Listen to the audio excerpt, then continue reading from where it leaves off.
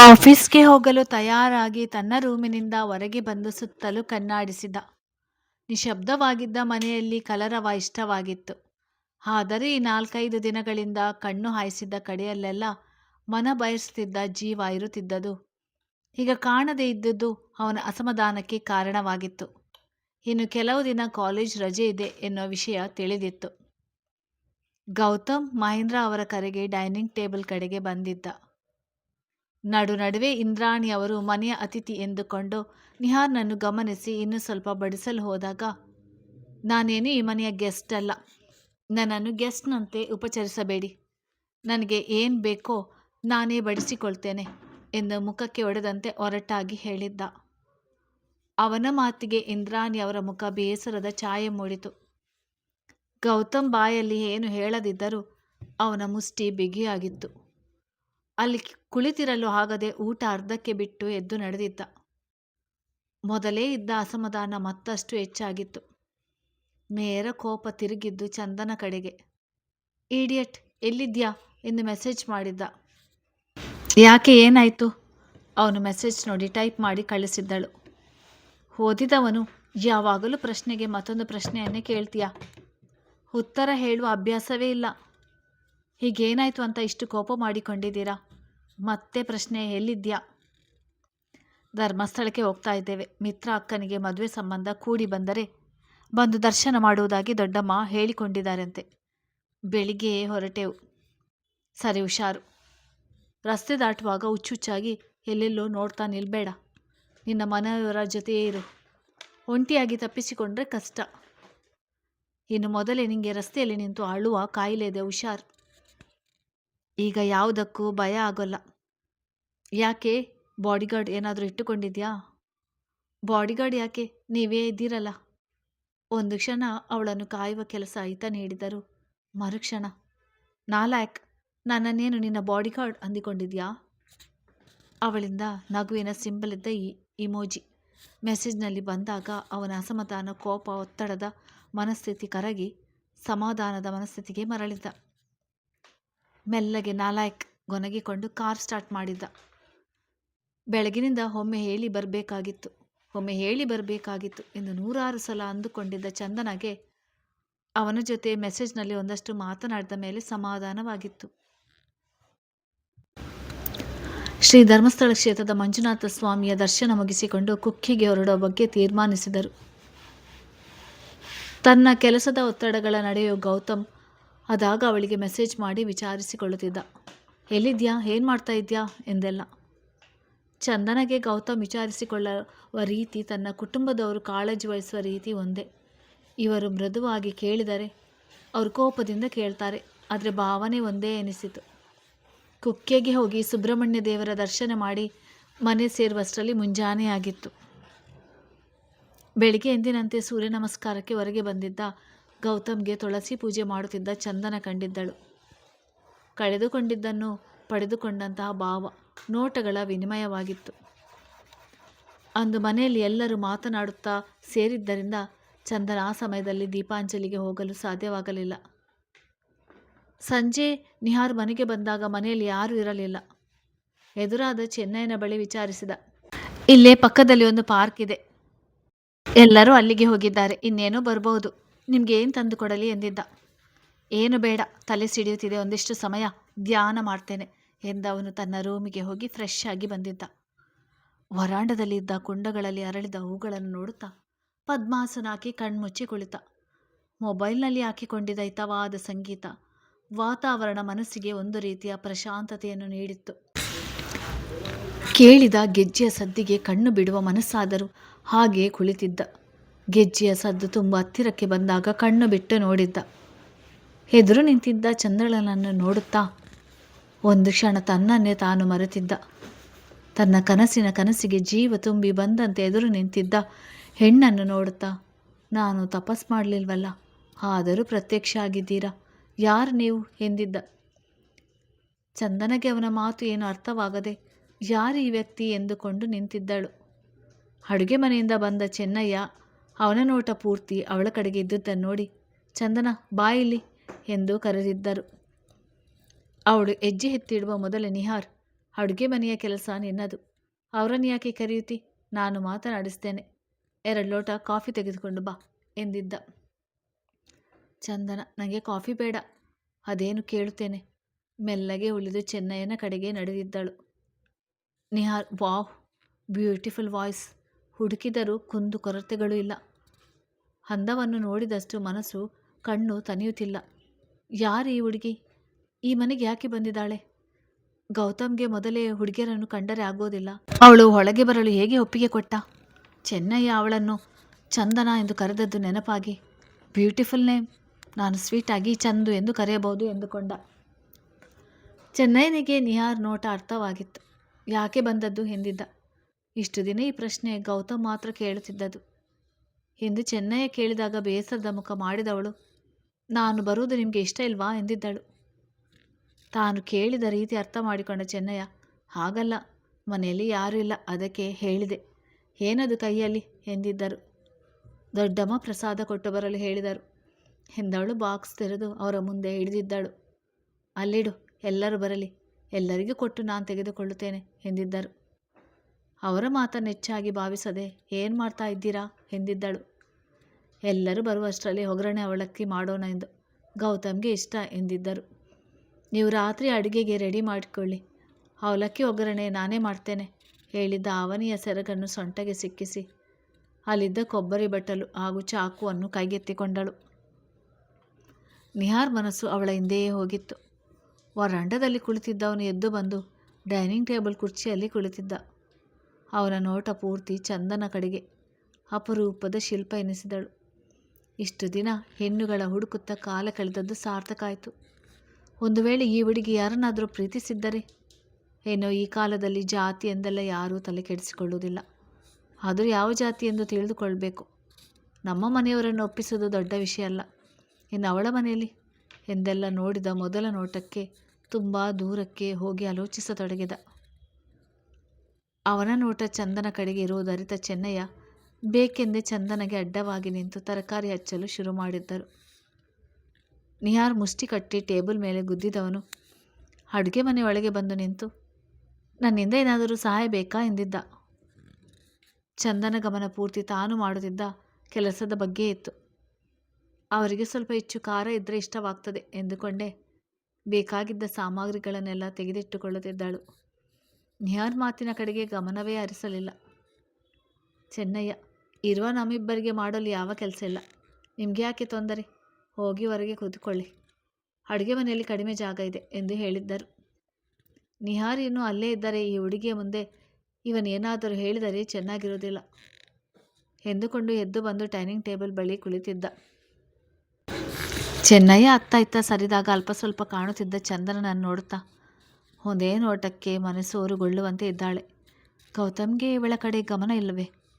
ಎಲ್ಲ ಕಡೆಗಳಿಂದಲೂ ಯೋಚಿಸಿದ ನಿಹಾರ್, ಈ ಹುಡುಗಿಯನ್ನು ಮೀರಿಸುವಂಥ ಚಿಲುವೆಯರು ಹೊರಗಡೆ ಅವನ ಮೈಮೇಲೆ ಬಿದ್ದು ಹೋದರೂ ಅವರತ್ತ ಅವನು ತಿರುಗಿ ನೋಡೋದಿಲ್ಲ. ಅವನ ಜೊತೆ ಮೊದಲೊಮ್ಮೆ ಪಾರ್ಟಿಗೆ ಹೋಗಿದ್ದಾಗ ನಾನೇ ನೋಡಿದೆನಲ್ಲ, ಹುಡುಗಿಯರು ಅವನ ಬಳಿ ಬರಲು ಬಯಸಿದ್ದರು. ಕಟು ನೋಟ ಬೀರಿ ದೂರವೇ ಉಳಿಸ್ತಿದ್ದ. ಇವಳು ಚೆಲುವೆ ನಿಜ, ಆದರೆ ಸಾಧಾರಣ ಹಳ್ಳಿ ಹುಡುಗಿ ರೀತಿ ಇದ್ದಾಳೆ. ಇವಳನ್ನು ಅವನು ತಿರುಗಿಯೂ ನೋಡೋದಿಲ್ಲ ಎಂದುಕೊಂಡ ಮೇಲೆ ಮನಸ್ಸಿಗೆ ಕೊಂಚ ಸಮಾಧಾನವಾಗಿತ್ತು. ಮಾತುಗಳು ಕಿವಿಗೆ ಬಿದ್ದಾಗ ಬಾಗಿಲ ಕಡೆ ನೋಡಿದವನು ಎದ್ದು ಹಾಲ್ನ ಕಡೆ ನಡೆದಿದ್ದ. ಮೊದಲಿಗೆ ಒಳ ಬಂದ ಮಹೇಂದ್ರ ಅವರು, ಯಾವಾಗ ಬಂದದ್ದು? ಇನ್ನು ಸ್ವಲ್ಪ ಬೇಗ ಬಂದಿದ್ದರೆ ಇಲ್ಲೇ ಪಕ್ಕದಲ್ಲಿ ಒಂದು ಪಾರ್ಕ್ ಇದೆ, ನೀನು ಬರ್ಬೋದಿತ್ತು, ತುಂಬ ಚೆನ್ನಾಗಿದೆ ಎಂದಿದ್ದರು. ಹೇಗೋ ಇಲ್ಲೇ ಇರ್ತೇನಲ್ಲ, ಮುಂದೆ ಯಾವಾಗಲಾದರೂ ಬರ್ತೇನೆ ಎಂದಿದ್ದ. ಇಂದ್ರಾಣಿ ಅವರು ಕಾಫಿ ಆಯಿತಾ ಎಂದು ಕೇಳಿದಾಗ ಅವರಿಗೆ ಉತ್ತರಿಸದೆ ಮಹೇಂದ್ರ ಅವರ ಮಾತಿನ ಕಡೆ ಗಮನ ಕೊಟ್ಟಿದ್ದ. ಅವರಿಗೆ ಒಂದು ರೀತಿ ಎನಿಸಿದರು. ನಾನು ಹೇಳಿದ್ದು ಕೇಳಿಸಿಕೊಳ್ಳಲಿಲ್ಲ ಎನಿಸ್ತದೆ ಎಂದುಕೊಂಡರು. ಪಾವನಿ ಬಳಿ ಕೂಡ ಅವನು ಹೆಚ್ಚು ಮಾತನಾಡುತ್ತಿರಲಿಲ್ಲ. ಅವರಿಬ್ಬರ ಬಗ್ಗೆ ಒಂದು ರೀತಿಯ ತಾತ್ಸರ ಭಾವನೆ ಬೆಳೆಸಿಕೊಂಡಿದ್ದ. ರಮೇಶ್ ಎದುರು ಸಿಕ್ಕರೆ ಮಾತ್ರ ನಗು ನಗುತ್ತಾ ಚೆನ್ನಾಗಿ ಮಾತನಾಡುತ್ತಿದ್ದ. ಎಲ್ಲರೊಟ್ಟಿಗೆ ಮಾತನಾಡುತ್ತಾ ಕುಳಿತದ್ದು ನೋಡಿ ಈ ಮನೆಯನ್ನು ನಾನು ಹೀಗೆ ಎಂದು ಕಲ್ಪಿಸಿಕೊಂಡಿರಲಿಲ್ಲ ಎಂದುಕೊಂಡಿದ್ದ. ಬಂದ ಗೌತಮ್ನನ್ನು ನೋಡುತ್ತಲೇ ಪ್ರಕೃತಿ ಓಡಿ ಹೋಗಿ ಅವನನ್ನು ಬಳಸಿದ್ದಳು. ಜೇಬಿನಿಂದ ಚಾಕ್ಲೇಟ್ ಬಾರ್ ತೆಗೆದು ಅವಳ ಕೈಗೆ ಕೊಟ್ಟ ಅವನು ಕೈಯಲ್ಲಿ ಹಿಡಿದಿದ್ದ 2 ಮಲ್ಲಿಗೆ ಹೂವಿನ ಪೊಟ್ಟಣಗಳನ್ನು ಪಾವನೆ ಕಡೆ ಹಿಡಿದಿದ್ದ. ಕೈಗೆ ತೆಗೆದುಕೊಂಡವಳು, ಇದೇನನ್ನ ಪ್ರತಿದಿನ ತರ್ತೀಯಾ ಎಂದಿದ್ದಳು. ಗೌತಮ್, ಒಂದು ಹುಡುಗ ಶಾಲೆ ಮುಗಿಸಿಕೊಂಡು ಬಂದು ಹೂ ಮಾರ್ತಾನೆ. ನನ್ನ ಕಾರನ್ನು ಚೆನ್ನಾಗಿ ಗುರುತಿಸಿಕೊಂಡು ಬಿಟ್ಟಿದ್ದಾನೆ. ನಾನು ಅಷ್ಟು ದೂರದಲ್ಲಿ ಬರ್ತಿದ್ದ ಹಾಗೆ ಕೈ ನೀಡುತ್ತಾನೆ ಎಂದಿದ್ದ. ಪಾವನಿ, ಸರಿ, ಒಂದನ್ನು ತಂದರೆ ಸಾಕು, ಎರಡೆರಡು ತರ್ತೀಯ ಎಂದಿದ್ದಳು. ಗೌತಮ್ಗೆ ಏನು ಹೇಳಬೇಕು ತಿಳಿಯದೆ ಬೇಡ ಎಂದರು. ಆ ಹುಡುಗ ಕೊಟ್ಟು ಬಿಡ್ತಾನೆ, ಫ್ರೆಶ್ ಆಗಿ ಬರ್ತೇನೆ ಹೇಳಿ ಮನೆಯ ಒಳಗೆಲ್ಲ ಒಮ್ಮೆ ಕಣ್ಣಾಡಿಸಿದ. ಹೊರಗೆ ಅವಳ ಚಪ್ಪಲಿ ನೋಡಿಯೇ ಬಂದಿದ್ದಾಳೆ ಎನ್ನುವುದು ತಿಳಿದಿತ್ತು. ಅಡುಗೆ ಮನೆಯಿಂದ ಬರುತ್ತಿರುವ ಗಮಾಲು ಗಮನಿಸಿ ಮಲ್ಲಿಗೆ ಹೂವಿನ ಕಡೆ ಒಮ್ಮೆ ನೋಡಿದ್ದ. ಪ್ರತಿದಿನ ತರುತ್ತಿದ್ದ ಎರಡೆರಡು ಹೂವಿನ ಪೊಟ್ಟಣಗಳಲ್ಲಿ ಪಾವನಿಯೊಂದನ್ನು ಮುಡಿದು ಇನ್ನೊಂದನ್ನು ಚಂದನಗೆ ಕೊಡುವ ಅಭ್ಯಾಸ ಮಾಡಿಕೊಂಡಿದ್ದಳು. ಇಬ್ಬರೂ ಹೂವು ಮುಡಿದು ನಗು ನಗುತ್ತಾ ಮಾತನಾಡುತ್ತಾ ಮನೆಯ ತುಂಬ ಓಡಾಡುತ್ತಿದ್ದರೆ ಒಂದು ರೀತಿ ಸಂತೃಪ್ತಿ ಮೂಡುತ್ತಿತ್ತು. ಅದು ಪ್ರತಿದಿನದ ಅಭ್ಯಾಸದಂತೆ ಆಗಿ ಹೋಗಿತ್ತು. ಒಮ್ಮೊಮ್ಮೆ ಆ ಹುಡುಗನಿಗಾಗಿ ಗೌತಮ್ ಹುಡುಕುತ್ತಿದ್ದದೂ ಇರುತ್ತಿತ್ತು. ಚಂದನ ತಿಂಡಿ ಹಿಡಿದು ಬರುವಷ್ಟರಲ್ಲಿ ಗೌತಮ್ ಕೂಡ ಬಂದು ಮಹೇಂದ್ರ ಅವರ ಪಕ್ಕ ಕುಳಿತಿದ್ದ. ಗೌತಮ್ ಕಡೆ ನೋಡುತ್ತಲೇ ಮನ ಹರಳಿತು. ಅವನ ಮುಖದ ಬಿಗಿತ ಪ್ರಶ್ನೆ ಎನಿಸಿ ಯೋಚಿಸ್ತಾ ಪಾವನಿ ಪಕ್ಕ ಕುಳಿತಿದ್ದಳು. ಚಿನ್ನಯ್ಯ ನೀರಿನ ಲೋಟ ಹಿಡಿದು ಬಂದು, ಚಂದನನ್ನೇ ಮಾಡಿದ್ದು ಹೇಳಿ ನಾನು ಅಲ್ಲೇ ಇದ್ದ ಕಟ್ಟೆಯ ಮೇಲೆ ಕುಳಿತಿದ್ದ. ಪಾವನಿ ತಾನು ಹೂ ಮುಡಿದಿದ್ದವಳು, ಚಂದನ ತಿರುವು ಈ ಕಡೆ ಎಂದವಳು ಮಲ್ಲಿಗೆ ಹೂವನ್ನು ಅವಳಿಗೆ ಮುಡಿಸಿದಳು. ಗೌತಮ್ ನೋಟ ಪೂರ ಅವಳ ಕಡೆಗೆ. ಕೊರಳ ಬಳಸಿದ ಹೂವಿನ ದಳಗಳ ನೋಡಿ ಹೋಲಿಕೆ ಮಾಡಲಾರದೆ ಹೋದ. ಗಂಭೀರತೆಯಲ್ಲಿನ ಆರಾಧನೆ ಸ್ಪಷ್ಟವಾಗಿತ್ತು. ಅವನ ನೋಟ ಗಮನಿಸಿದ ಚೆನ್ನಯ್ಯ ನನ್ನ ಅನುಮಾನ ನಿಜ ಎಂದುಕೊಂಡವನು ನಂತರ ನಿಹಾರ್ ಕಡೆಗೆ ನೋಡಿದರು. ಅವನ ನೋಟ ಕೂಡ ಪೂರ್ತಿ ಚಂದನ ಕಡೆಗೆ. ಕಣ್ಣಲ್ಲಿ ಹುಚ್ಚೆದ್ದ ಕನಸುಗಳು ಕಂಡಂತೆ ಎನಿಸಿತು. ಕಳೆದ ಬಾರಿ ಅವನು ಬಂದಾಗ ಮಾಡಿದ ಅವಮಾನ ನೆನೆದ ಚೆನ್ನಯ್ಯ ಹೋದ ಸಲ ಕ್ಷೇಮವಾಗಿ ಮನೆ ಸೇರಿಕೊಂಡ. ಈ ಸಲ ಅಷ್ಟೇ ಕ್ಷೇಮವಾಗಿ ಮನೆ ಸೇರಿಕೊಳ್ಳುವುದು ಅನುಮಾನವೇ. ತನ್ನಲ್ಲೇ ಹೇಳಿಕೊಂಡ. ಇಬ್ಬರ ನೋಟ ಇನ್ನೂ ಅವಳ ಕಡೆಯೇ ಇರುವುದು ಗಮನಿಸಿ. ಎಲ್ಲರೂ ಚಂದನ ಕೈರುಚಿಯನ್ನು ಹೊಗಳ್ತಾ ತಿಂದರೆ ನಿಹಾರ್ ಒಂದು ಹೆಜ್ಜೆ ಮುಂದೆ ಹೋಗಿ ನಿಮ್ಮ ಹಾಗೆ ನೀವು ಮಾಡಿದ್ದು ಕೂಡ ಸ್ವೀಟ್ ಆಗಿದೆ ಎಂದ. ಚಂದನ ವಿಚಿತ್ರವಾಗಿ ಒಮ್ಮೆ ನೋಡಿ ಅದು ಸ್ವೀಟ್ ಅಲ್ಲ, ಖಾರ ಎಂದಿದ್ದಳು. ನಾನು ಹೇಳಿದ ಅರ್ಥವೇ ಬೇರೆ, ಹೋಗಲಿ ಬಿಡಿ ಎಂದವನು ಕುತೂಹಲ ತಾಳಲಾರದೆ ನೀವು ಹೇಗೆ ಈ ಕುಟುಂಬಕ್ಕೆ ಪರಿಚಯ ಎಂದಿದ್ದ. ಮಹೇಂದ್ರ ಅವರು ಚುಟುಕಾಗಿ ವಿವರಿಸಿದರು. ನಂತರ ನನ್ನನ್ನು ಚಂದನಳಿಗೆ ಪರಿಚಯಿಸಿ ಅವನಿಗೆ ಚಂದ್ರನೆಲ್ಲ ಪರಿಚಯ ಮಾಡಿಕೊಟ್ಟಿದ್ದರು. ನಿಹಾರ್, ಚಂದನ ನೈಸ್ ನೇಮ್, ನಾನು ಚಂದು ಅಂತ ಕರೆದರೆ ನಿಮಗೇನು ಬೇಜಾರಿಲ್ಲ ತಾನೆ ಹೇಳಿದ್ದ. ಗೌತಮ್ಗೆ ಅವನ ನೋಟ ಮಾತು ಕೇಳುತ್ತಾ ಕೆಂಡದ ನಡುವೆ ಕುಳಿತಂತೆ ಭಾಸವಾಗುತ್ತಿತ್ತು. ಚಂದನ, ಪರವಾಗಿಲ್ಲ ಹಾಗೆಯೇ ಕರೀರಿ ಎಂದಾಗ ನಾಲಾಯಕ್ ರೇಗಿಕೊಂಡವನಿಗೆ ತೆಗೆದು ಬಾರಿಸುವಷ್ಟು ಕೋಪ ಮೂಡಿತು. ತನಗೆ ಈ ರೀತಿ ಕರೆಯಲು ಪರ್ಮಿಷನ್ ಸಿಗುತ್ತಲೇ ನಿಹಾರ್ ಹುಬ್ಬಿ ಹೋಗಿದ್ದ. ಆಗ ಅಲ್ಲೇ ಇದ್ದ ಪಾವನಿ ನಾನಂತೂ ಚಂದನ ಎಂದೇ ಕರೆಯುತ್ತೇನೆ, ಮುದ್ದಾದ ಹೆಸರು ಎಂದಿದ್ದಳು. ಚಂದನ, ನನ್ನ ಅಪ್ಪ ಅಮ್ಮ ಚಂದನ ಎಂದೇ ಕರೆಯುವುದು, ನಂದನ ಅಣ್ಣ ಮಾತ್ರ ಚಂದು ಎಂದು ಕರೆಯುವುದು.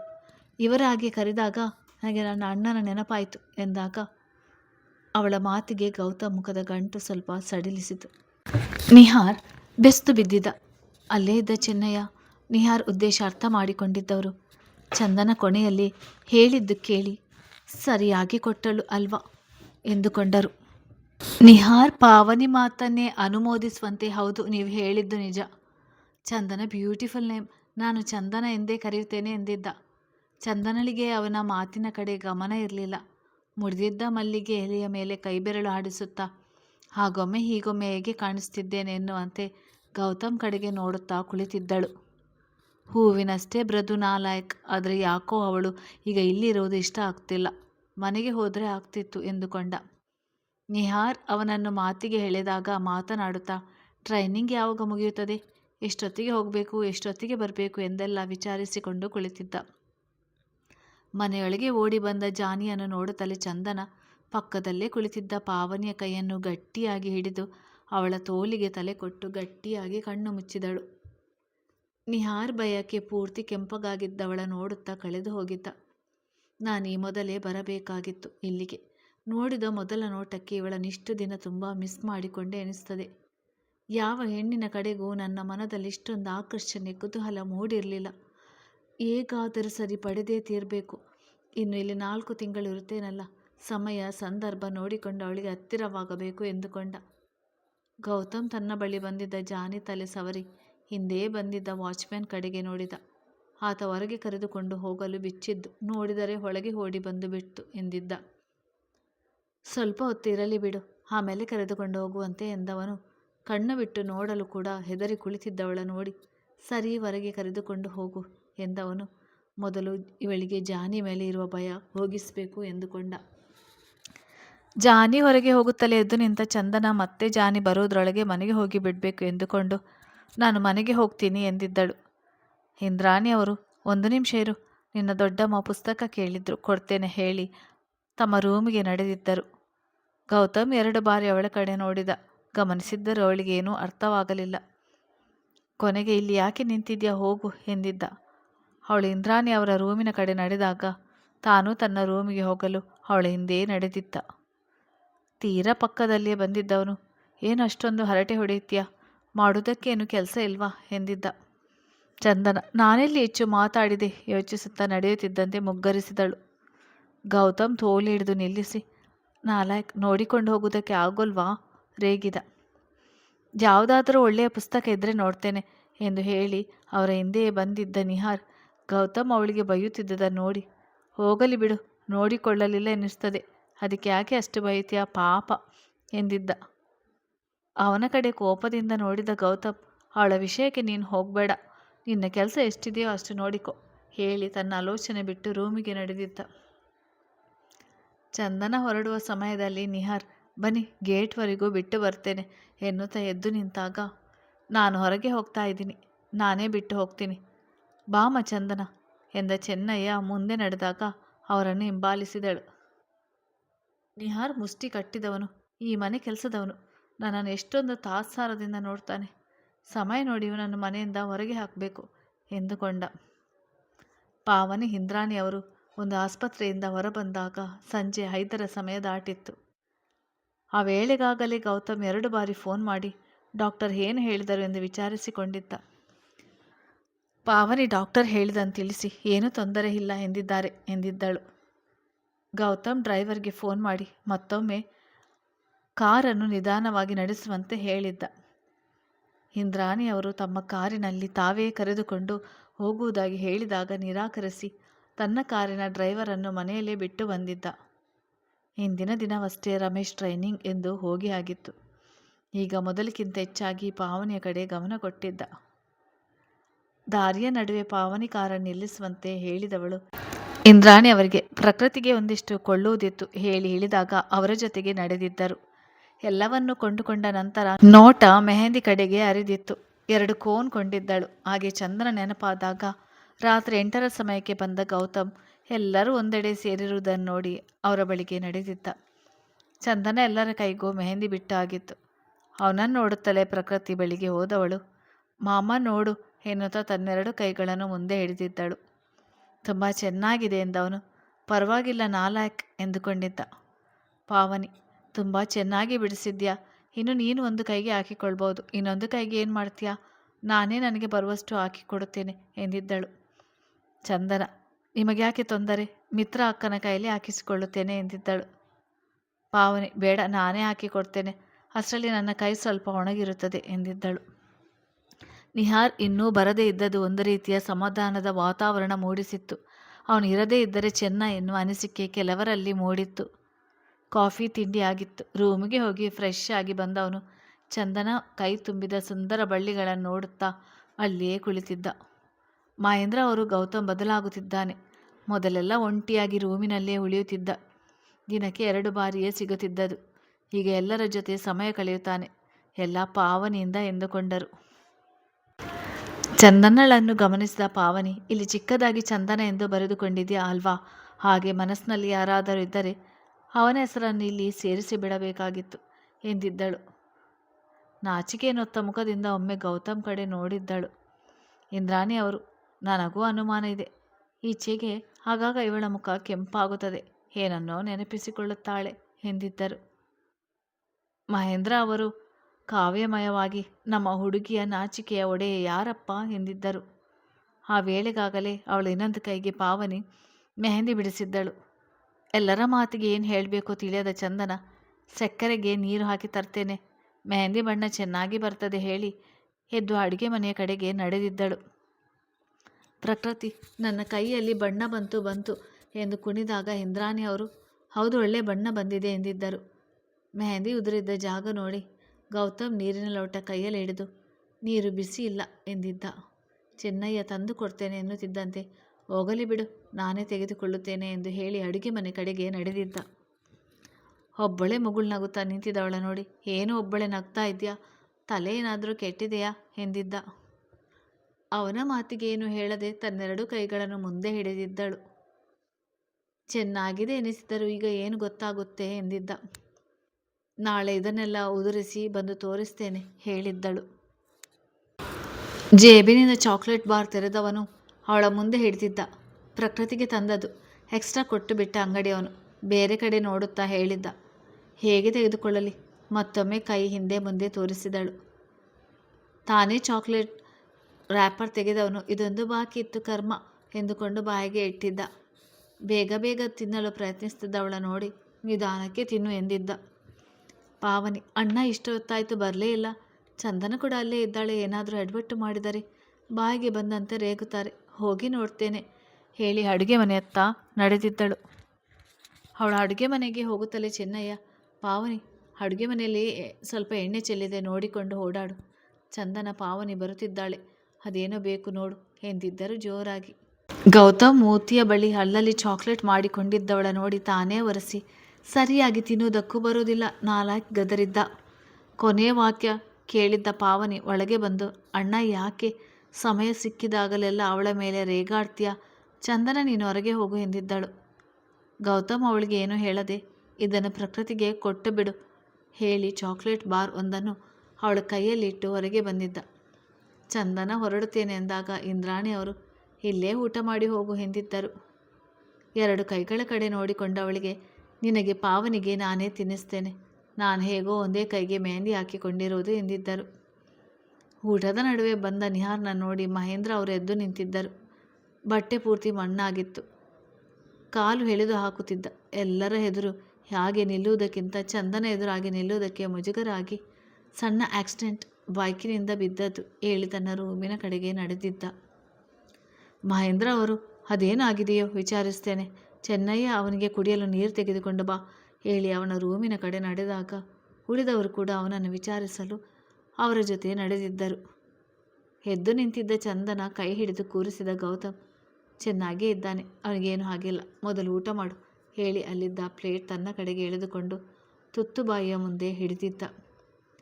ನಿಧಾನಕ್ಕೆ ತಿನ್ನುತ್ತಿದ್ದವಳ ನೋಡಿ ನಡೆಯುವುದು ಆಮೆಯ ರೀತಿ ಎಂದುಕೊಂಡರೆ ತಿನ್ನುವುದರಲ್ಲೂ ನಿನ್ನದು ಅದೇ ಹೋಲಿಕೆ, ಬೇಗ ಬೇಗ ತಿನ್ನಲು ಏನು ಜೋರಾಗಿ ಹೇಳಿದ್ದ. ಚಂದನ ಒಮ್ಮೆ ಅವನತ್ತ ನೋಡಿದವಳು, ನಾನು ನಿಮಗೆ ತಿನ್ನಿಸುವಾಗ ಹೀಗೆ ಕೂಗಾಡ್ತಿರ್ಲಿಲ್ಲ ಮೆಲ್ಲಗೆ ಹೇಳಿದಳು. ಕೋಪದಲ್ಲಿ ನೋಡಿದವನು, ನನ್ನ ಮಾತುಗಳು ನಿಮಗೆ ಕೂಗಾಡ್ತಾ ಇದ್ದೀನಿ ಎನಿಸ್ತದೆ, ತೆಗೆದು ಬಿಟ್ಟರೆ ಗದರಿಕೊಂಡೆ ಮತ್ತೊಂದು ತುತ್ತು ಬಾಯಿಗೆ ಇಟ್ಟಿದ್ದ. ತಟ್ಟೆಯಲ್ಲಿ ಉಳಿದಿದ್ದ ಕೊನೆಯ ತುತ್ತುಗಳಿಗೆ ಅವನ ಬಲವಂತ ಅಧಿಕವಾಗಿತ್ತು. ಚಂದನ ಕಣ್ಣುಗಳು ತುಂಬಿದಾಗ, ಯಾಕೆ ಖಾರ ಆಯ್ತಾ, ಇಲ್ಲ ಬೇಡ ಅನಿಸಿದರೆ ಬೇಡ ಬಿಡು ಎಂದಿದ್ದ. ಅವನು ತಪ್ಪಾಗಿ ಅರ್ಥ ಮಾಡಿಕೊಂಡಿದ್ದು ನೋಡಿ, ಹಾಗಲ್ಲ, ನನ್ನ ತಂದೆ ನೆನಪಾದರು, ಅವರು ಕೂಡ ಹೀಗೆ ಕೊನೆಯ ತುತ್ತಿಗೆ ಬಲವಂತ ಮಾಡಿ ಊಟ ಬಡಿಸ್ತಿದ್ದರು ಎಂದಿದ್ದಳು. ಗೌತಮ್ ಪುಣ್ಯ ಅಂದು ನಿಹಾರಿಗೆ ಹೇಳಿದಂತೆ ಅಣ್ಣನ ನೆನಪಾಯಿತು ಎನ್ನಲಿಲ್ಲವಲ್ಲ ಎಂದುಕೊಂಡಿದ್ದ. ಚಂದನ ಹಾಲ್ಗೆ ಬರುವಷ್ಟರಲ್ಲಿ ಎಲ್ಲರೂ ತಿರುಗಿ ಬಂದಿದ್ದರು. ಬರ್ತೀನಿ, ದೊಡ್ಡಮ್ಮ ಇಷ್ಟೊತ್ತಿಗೆಲ್ಲ ಬಂದಿರ್ತಾರೆ ಹೇಳಿ ಅಲ್ಲಿಂದ ನಡೆದಿದ್ದಳು. ಅವರ ಜೊತೆಗೆ ಬಂದಿದ್ದ ನಿಹಾರ್, ನಾನು ಹೇಗಿದ್ದೀನಿ ಎಂದು ಒಂದು ಮಾತು ವಿಚಾರಿಸಲಿಲ್ಲ ಈ ಹುಡುಗಿ. ಎಲ್ಲರೂ ವಿಚಾರಿಸಿದರು, ಇರಲಿ ಮುಂದೆ ಸಿಗುತ್ತಾಳೆ, ಸಮಯವಾಯಿತು ಎಂದು ಗಾಬರಿಗೆ ಹೊರಟಿರ್ಬೋದು ತನಗೆ ತಾನೇ ಹೇಳಿಕೊಂಡಿದ್ದ. ಬೆಳಿಗ್ಗೆ ಎದ್ದ ಚಂದನ ಮೊದಲು ತನ್ನ ಕೈ ನೋಡಿಕೊಂಡವಳು ಡ್ರೆಸ್ಸಿಂಗ್ ಟೇಬಲ್ ಬಳಿ ಹೋಗಿ ಅದಕ್ಕೆ ಕೊಬ್ಬರಿ ಎಣ್ಣೆ ಹಚ್ಚಿ ಇನ್ನೂ ಕೈಯಲ್ಲಿ ಹಚ್ಚಿಕೊಂಡಿದ್ದ ಮೆಹಂದಿಯ ಕಣಗಳನ್ನೆಲ್ಲ ಉದುರಿಸಿ ಮೊದಲು ಅವರಿಗೆ ತೋರಿಸಬೇಕು ಎನಿಸುತ್ತಲೇ ದೀಪಾಂಜಲಿ ಕಡೆಗೆ ನಡೆದಿದ್ದಳು. ಮನೆಯ ಬಾಗಿಲಿಗೆ ಬಂದವಳಿಗೆ ಎದುರಾದದ್ದು ಇಂದ್ರಾಣಿಯವರು. ಚಂದನ, ಇಷ್ಟು ಬೇಗ ಬಂದಿದ್ಯಾ ಎಂದವರು. ಅವಳು ಉತ್ತರ ಕೊಡುವ ಮೊದಲೇ, ಬಾಗಿಲಿಗೆ ನೀರು ಹಾಕಿ ರಂಗಾವಳಿ ಬಿಟ್ಟು ಬರ್ತೇನೆ, ಪ್ರಕೃತಿ ಎದ್ದಿರಬೇಕು, ಹೋಗಿ ನೋಡು, ಹಾಗೆ ಸ್ವಲ್ಪ ಪೂಜೆಗೆ ಹೂವು ಬಿಡಿಸಿಕೊಂಡು ಬರುತ್ತೇನೆ ಎಂದಿದ್ದರು. ಚಂದನ ಅವರ ಮನೆಯಲ್ಲಿ ಉಳಿದಾಗ ಪ್ರತಿದಿನ ತಾನೇ ರಂಗೋಲಿ ಬಿಡುತ್ತಿದ್ದಳು. ನಂತರ ಮಗನಿಗೆ ಹೆದರಿಕೊಂಡೇ ಇಂದ್ರಾಣಿಯವರು ರಂಗೋಲಿ ಬಿಟ್ಟಿದ್ದರು. ಅವನು ಅದನ್ನು ಅಳಿಸದ ಕಾರಣ ಅದು ಪ್ರತಿನಿತ್ಯದ ಅಭ್ಯಾಸ ಆಗಿತ್ತು. ಒಳಗೆ ಬಂದ ಚಂದನ ಅಡುಗೆ ಮನೆಯಲ್ಲಿನ ಸದ್ದು ಕೇಳಿ 5 ನಿಮಿಷ ಹೋಗಿ ಬಂದು ಬಿಡೋಣ ಎಂದುಕೊಂಡೇ ಗೌತಮ್ ರೂಮಿನ ಕಡೆಗೆ ಬಂದಿದ್ದಳು. ಗೌತಮ್ ಬಂದಿದ್ದ ಮೇಲ್ ಚೆಕ್ ಮಾಡ್ತಾ ಕುಳಿತಿದ್ದವನು ಗಾಳಿಯಲ್ಲಿ ಬೆರೆತು ನವಿರಾಗಿ ತಲುಪಿದ ಕಂಪಿಗೆ ತಲೆ ಎತ್ತಿ ನೋಡಿದ. ಒಂದು ಕ್ಷಣ ಕನಸು ಎಂದುಕೊಂಡವನು ನಂತರ ಅವಳು ನೋಡುತ್ತಾ ಎದ್ದು ನಿಂತಿದ್ದ. ಮೆಲ್ಲಗೆ ಬಳಿಗೆ ಬಂದವಳು ಏನು ಮಾತನಾಡಬೇಕೆಂದು ತಿಳಿಯದೆ ಅತ್ತ ಇತ್ತ ನೋಡಿ ಅಲ್ಲೇ ಟೇಬಲ್ ಮೇಲಿದ್ದ ಕೇಕ್ ಬಾಕ್ಸ್ನ ಕಡೆ ಒಮ್ಮೆ ನೋಡಿ ಸುಮ್ಮನೆ ಆಗಿ ನಿಂತಳು. ಗೌತಮ್, ಏನಿದು ಇಷ್ಟೊತ್ತಿನಲ್ಲಿ ಹೀಗೆ ಇಲ್ಲಿಗೆ ಬಂದಿದ್ಯಾ ಎಂದಿದ್ದ. ಚಂದನ, ಅದು ಗೋರಂಟಿ ಹಾಕಿಸಿಕೊಂಡಿದ್ದೇನಲ್ಲ, ನಿಮಗೆ ಮೊದಲು ತೋರಿಸ್ಬೇಕನಿಸಿತು, ಹಾಗಾಗಿ ಬಂದದು. 2 ಕೈ ಅವನತ್ತ ಹಿಡಿದಿದ್ದಳು. ಬಿಳಿಯ ಬಣ್ಣದ ಮುದ್ದಾದ ಕೈಗಳ ಮೇಲೆ ಕೆಂಬಣ್ಣದೆಳೆಗಳ ಮಧುರಂಗಿ ಚಿತ್ತಾರ. ನೀರಿನಿಂದ ಕೈ ತೊಳೆಯದೆ ಬಂದಿದ್ದ ಕಾರಣ ಅದರ ಕಂಪು ನವಿರಾಗಿ ತಾಕುತ್ತಿತ್ತು. ಇಷ್ಟವಾದರೂ ನಿನ್ನಂಗೆ ಇದೆ, ಮುಖ ಸಂಕೋಚಿಸಿ ಹೇಳಿದ್ದ. ಚಂದನ ಮುಖ ಸಪ್ಪಗೆ ಮಾಡಿಕೊಂಡವಳು, ಹಾಗಾದರೆ ಚೆನ್ನಾಗಿಲ್ವಾ ಎಂದಿದ್ದಳು. ಹಾಗೆ ನೋಡಿದವನಿಗೆ ಎಲ್ಲರಿಗಿಂತ ಮುದ್ದಾಗಿ ಕಂಡಿದ್ದಳು. ಹೆಣೆದ ಜಡೆಗೆ ಸಿಗದೆ ನುಂಚಿಕೊಂಡಿದ್ದ ಮುಂದಲೆಯ ಕೂದಲು ಕೆನ್ನೆಯ ಮೇಲೆ ಹಣೆಯ ಮೇಲೆ ಎಲ್ಲೆಂದರಲ್ಲಿ ಹರಡಿತ್ತು. ಕಣ್ಣಿನಲ್ಲಿ ಇನ್ನೂ ನಿದ್ದೆಯ ಮಂಪರು ಇದೆ ಎನ್ನುವಂಥ ಸೂಚನೆ. ಯಾವುದೊಂದು ಅಲಂಕಾರವೂ ಇಲ್ಲದೆ ನೋಡಿದಷ್ಟು ಮುದ್ದು ಹುಕ್ಕಿಸುವಂತೆ ಕಾಣುತ್ತಿದ್ದವಳ ನೋಡಿ ಬ್ರಷ್ ಮಾಡಿದ್ಯಾ ಕೇಳಿದ. ಅಲ್ಲೇ ಟೇಬಲ್ ಮೇಲೆ ಮುಚ್ಚಿಟ್ಟಿದ್ದ ಕೇಕ್ ಬಾಕ್ಸ್ ನೋಡಿದವಳು ಹೌದು ಎನ್ನಬೇಕು ಎಂದುಕೊಂಡರು. ಇಲ್ಲ ಎಂದು ಸತ್ಯವನ್ನೇ ಹೇಳಿ ಬೇಗ ಮೆಹಂದಿ ತೋರಿಸಿ ಹೋಗಿಬಿಡೋಣ ಎಂದು ಹಾಗೆ ಬಂದು ಬಿಟ್ಟೆ ಎಂದಿದ್ದಳು. ಗೌತಮ್, ಬ್ರಷ್ ಮಾಡದೆ ಬಂದಿದ್ಯಾ ನಾನ್ಸೆನ್ಸ್ ಎಂದವನು ಅಲುಗಾಡದೆ ಹಾಗೆ ನಿಂತವಳ ನೋಡಿ ಸರಿ ಹೋಗಿ ಬ್ರಷ್ ಮಾಡಿ ಬಾ ಎಂದವನ ನೋಟ ಅವನ ವಾಶ್ರೂಮ್ ಕಡೆ ಹರಿದಿತ್ತು. ಅತ್ತ ಕಡೆ ನಡೆದವಳು ಹಿಂತಿರುಗಿ ನೋಡಿ ಬ್ರಷ್ ಇಲ್ವಲ್ಲ ಕೇಳಿದ್ದಳು. ಒಳಗೆ ಹೋಗಿ ನೋಡು ಇದೆ ಎಂದಿದ್ದ. ಒದ್ದೆ ಮುಖದಲ್ಲಿ ಹೊರಗೆ ಬಂದವಳು ಹಾಗೆ ಏನು ಮಾತನಾಡದೆ ಸುಮ್ಮನೆ ನೋಡುತ್ತಾ ಉಳಿದವನ ನೋಡಿ ಏನಕ್ಕೆ ನೋಡ್ತೀರಾ, ಯಾಕೆ ಮುಖ ತೊಳೆಯಲು ಹೇಳಿದ್ದು? ಹಿಂದಿನ ದಿನ ಅವನು ಕೇಕ್ ಬಾಕ್ಸ್ ಹಿಡಿದು ಬಂದದ್ದು ನೆನಪಾಗಿ ಟೇಬಲ್ ಕಡೆ ಮತ್ತೊಮ್ಮೆ ನೋಡುತ್ತಾ ಕೇಳಿದಳು. ಚಂದನಳ ಮುಖದಲ್ಲಿದ್ದ ಮಾರ್ಧವತೆ ಅವನನ್ನು ಸೆಳೆದಿತ್ತು. ತೀರ ಮುಖದ ಸನಿಹ ಬಾಗಿದವನು ನೀರ ಹನಿಗಳ ತುಟಿಗಳಿಂದಲೇ ಸ್ಪರ್ಶಿಸಿದ. ನಿಧಾನವಾಗಿ ಇಂಚಿಂಚು ಆವರಿಸಿಕೊಳ್ಳುತ್ತಲೇ ಅವಳ ಕೈಗಳು ಅವನ ಸುತ್ತ ಹೆಣೆದಿದ್ದವು. ಹಿಂದೊಮ್ಮೆ ಮೊದಲ ಬಾರಿ ಚುಂಬಿಸಿದ ರೀತಿ ಆವೇಶಕ್ಕೆ ಒಳಗಾಗಿರಲಿಲ್ಲ. ತನ್ನದೇ ಎನ್ನುವಂತೆ ಹಸ್ತೆಯಿಂದ ಆವರಿಸಿಕೊಳ್ಳುತ್ತಿದ್ದ. ಕೊರಳ ಸನಿಹಕ್ಕೂ ಮೀರಿ ಮುಂದುವರಿದಾಗ ಬಳಸಿದ್ದ ಕೈ ಹಿಂದಕ್ಕೆ ಸರಿಸಿದವಳು ಅವನ ಎದೆ ಮೇಲೆ ಕೈಯಿಟ್ಟು ಮೆಲ್ಲಗೆ ನಾನು ಹೋಗ್ತೀನಿ ಎಂದಿದ್ದಳು. ಯಾಕೆ ಕೇಳಿದ್ದ. ಇನ್ನೂ ಸಮಯ ಇದೆ. ಹೀಗೇನಾಗಿದೆ ಗೊತ್ತಿಲ್ಲ, ಗಾಬರಿ ಆಗ್ತಾ ಇದೆ. ಯಾಕೆ ನಾನು ಇಷ್ಟು ಹತ್ತಿರ ಇದ್ದೀನಲ್ಲ ಅದಕ್ಕೆ. ಸಂದರ್ಭಕ್ಕೆ ಪೂರ ಪರವಶನಾಗಿದ್ದವನು ತನ್ನೆದೆ ಮೇಲಿದ್ದ ಅವಳ ಕೈ ಸೇರಿಸಿ ಬಿಗಿಯಾಗಿ ಬಳಸಿದ್ದ. ಕೆಲ ಕ್ಷಣಗಳು ಮಾತಿಲ್ಲ. ಪೂರ್ಣ ಬೆಳಕು ಹರಿಯುವ ಸೂಚನೆ. ಕಿಟಕಿಯ ಕಡೆ ನೋಡುತ್ತಾ ಚಂದನ, ಬೆಳಗಾಯಿತು, ಎಲ್ಲರೂ ಎದ್ದಿರ್ತಾರೆ ಹೇಳಿದ್ದಳು. ಅದಕ್ಕೇನೀಗ? ಯಾರಾದರೂ ಬಂದರೆ ಬರಲಿ ಬಿಡು, ಹೀಗೆ ನೋಡಿದರೆ ನೋಡಲಿ ಬಿಡು. ಏನು ಹೇಳ್ತೀರಾ ಅವರಿಗೆ? ಅವರು ನೋಡಿದ ಮೇಲೆ ನಾನು ಹೇಳುವುದಕ್ಕೆ ಏನಿರುತ್ತದೆ? ನಾನು ಹೋಗಬೇಕು. ಇದನ್ನು ಹೇಳಿ ಹೋಗುವುದಕ್ಕೆ ಬಂದದಾ? ಇಲ್ಲ, ಮೆಹಂದಿ ತೋರಿಸಲು ಬಂದದ್ದು. ಅಲ್ಲಿ ಏನೋ ಇದೆ, ನೀವು ಗಮನಿಸಲೇ ಇಲ್ಲ? ಇನ್ನೇನಿದೆ? ದೊಡ್ಡದಾಗಿ ಜಿ ಎಂದು ಯಾರಿಗೂ ತಿಳಿಯದಂತೆ ನೀನು ಬಿಡಿಸಿರುವ ಹಂಸದ ಚಿತ್ರದಲ್ಲಿ ಮೂಡಿಸಿದ್ಯಾ? ಅದರ ನಡುವೆ ಚಂದನ ಎಂದು ಎಲ್ಲರಿಗೂ ಕಾಣುವಂತೆ ಬರೆದಿದ್ಯಾ? ನಿನ್ನ ಬುದ್ಧಿವಂತಿಕೆ ನೀನೇ ಮೆಚ್ಚಿಕೊಳ್ಬೇಕು. ಅಂದರೆ ನೀವು ಗಮನಿಸಿದ್ದೀರಾ? ಒಪ್ಪಿಕೊಂಡ ಮೇಲೆ ಬೇಕೋ ಬೇಡವೋ ಗಮನಿಸಲೇಬೇಕಲ್ವಾ? ಈ ಮಾತಿಗೆ ತಲೆ ಎತ್ತಿ ಒಂದು ಕ್ಷಣ ಅವನ ಕಣ್ಣಲ್ಲಿ ಕಣ್ಣಿಟ್ಟು ನೋಡಿದಳು. ಅವನೇನು ಹೇಳಲಿಲ್ಲ, ಅವಳು ಏನು ಕೇಳಲಿಲ್ಲ. ಮತ್ತಷ್ಟು ತೋಲಿನಲ್ಲಿ ಹುದುಗಿದ್ದಳು.